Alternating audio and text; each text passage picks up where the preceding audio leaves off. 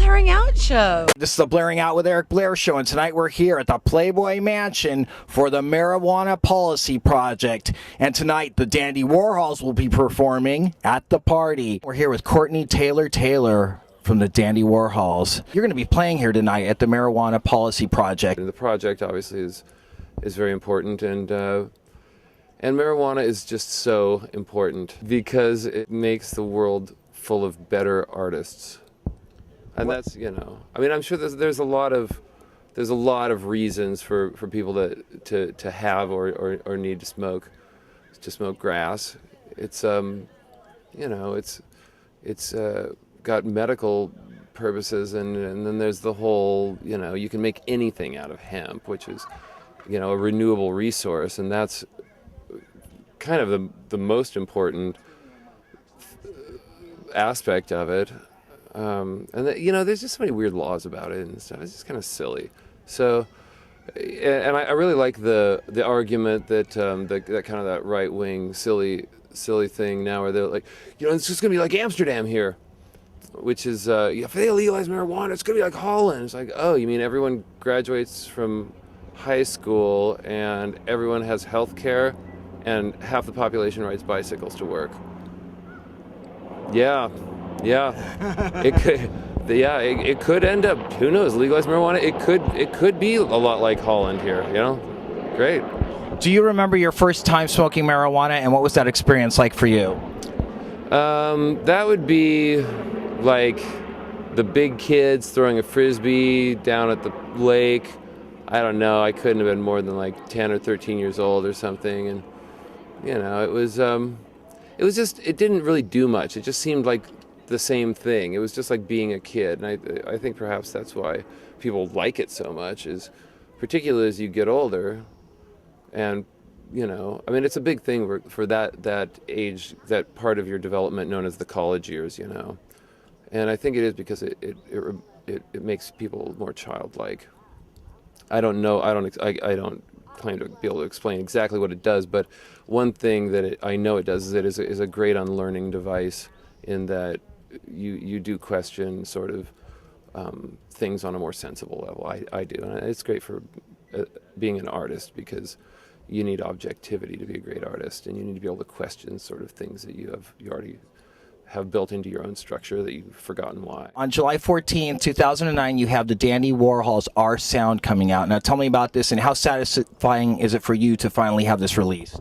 Oh, it's great. Yeah, it's a really cool record. It's some of the most interesting work we've ever done. And I'm going to say that Russell Elevato is the most amazing and unique mixing engineer in the world. And we got to work with him. It was unbelievable. Now I heard that the mix on this is actually going to be rawer than the original album that came out. It seems like it's more raw, but it is at least as sophisticated as anything I've ever heard in my life. And that's the thing, goes back to the mixer, Russ Elevato. We had heard that we're the only white people he's ever worked with. I mean, he does like Black Alicious and Common and The Roots, and he's a Grammy award-winning mixer of urban soul.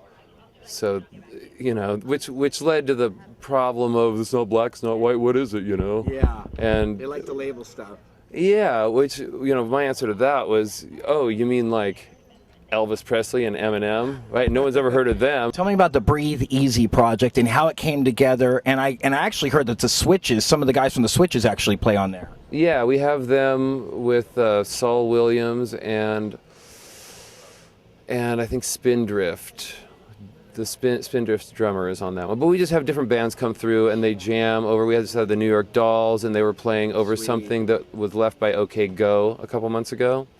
And then we'll find another band that's probably, like a very new band that's newer than OK Go, and and put them on. So then you'll be on, some young band will be on with OK Go, and then we film it all, edit it together, put it up online, sell the music, and rather than having to deal with all the who gets what, everyone agrees to just give all the money to preserving old growth forests and maintaining them and protecting old growth from, you know, expansion of strip malls, condos, blah blah blah, all the, you know, all the things that that we build to handle our ever-growing population.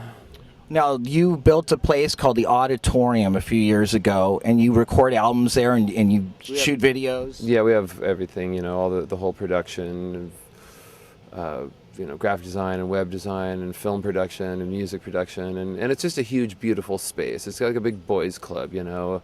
All of my old friend, crony art weirdos hang out there, and you know, we do a lot of projects. We have a lot of things going on there. I have a graphic novel underway. What's your graphic novel about? It's about a German band that disappeared in the late 70s. And I've sort of, my friend Donovan has done a lot of research, and then I sort of created dialogue and things in between this as to why and how, a logical explanation for where they might have gone and what happened to them. They were suspected of being part of the Baader-Meinhof gang, and they weren't. There's no real reason to think they were. But they're really hard to find out information. They're called One Model Nation.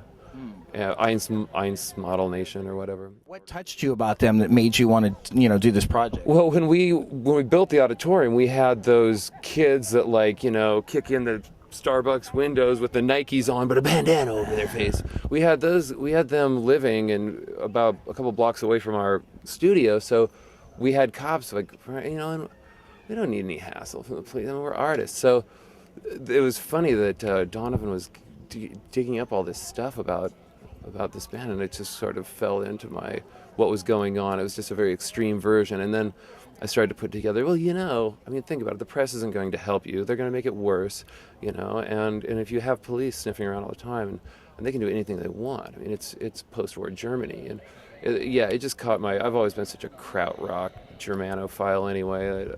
It just sent me, you know. Have you had a chance to meet Iggy Pop? No, I never have. Never met that guy. Would you like to? Yeah, sure, I guess, you know. I mean, I'm more like the guy who likes to hear that they listen to my band than actually meet them, because, you know, I get nervous around my heroes and stuff, and then make myself uncomfortable, you know. So, yeah, I'm not the guy who wants to go to a desert island with the Stones. I want to go to a desert island with my friends and hear that the Stones are on another island listening to my records, you know. Or covering one of your tunes. Yeah, that wouldn't suck. Yeah, definitely. This is your first time playing the Playboy Mansion? First time being here. Wow. How's the experience affecting you so far? You know, I got kind of tired. I watched the Lakers pull out in front of the Orlando, whatever they are, behind by 10, the Orlando behind by 10s, which is really disappointing. We're the only people here just going, fuck LA, goddamn Kobe Bryant, you know. It's pretty funny, but they are just so stinking good, and Kobe Bryant doesn't miss anything. So I'm having a, you know, kind of a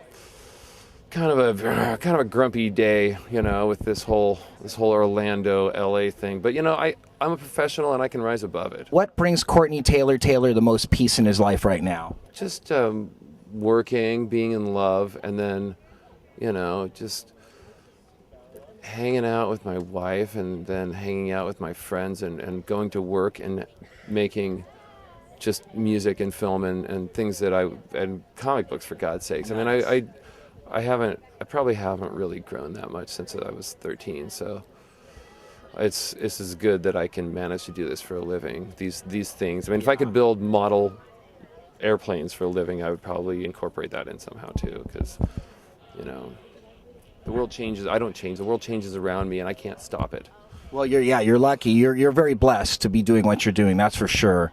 Now, how would Courtney Taylor define the word love?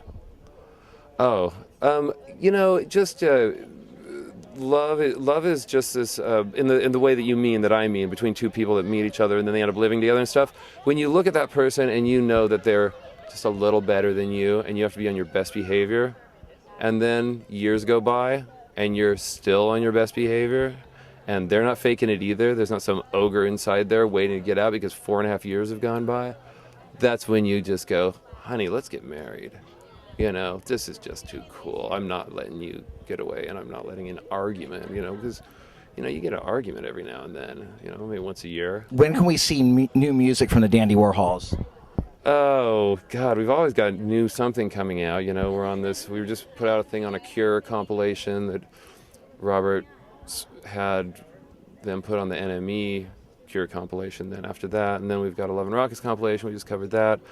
I've written 2 new songs. Capitol wants to get out a greatest hits package of the Capitol years. Well, we don't want to pay for the legal fee, so we're going to limit it to the Capitol years. Yeah. And we'll just call it the Capitol years. All the singles. And I'll put 2 more songs on that and have Capitol release them. We're working on 3 hours. We have a lot of dinner parties, and we always have since we were, college kids. So it's finally time for us to, do what the royalty of the 16th century and 17th century did, which is make 3 hours, get the best composers your favorite composer to make 3 hours of dinner music. A perfect 3-hour dinner music party. Since my band are the best composers I know, we're doing it. The Blairing Out Show.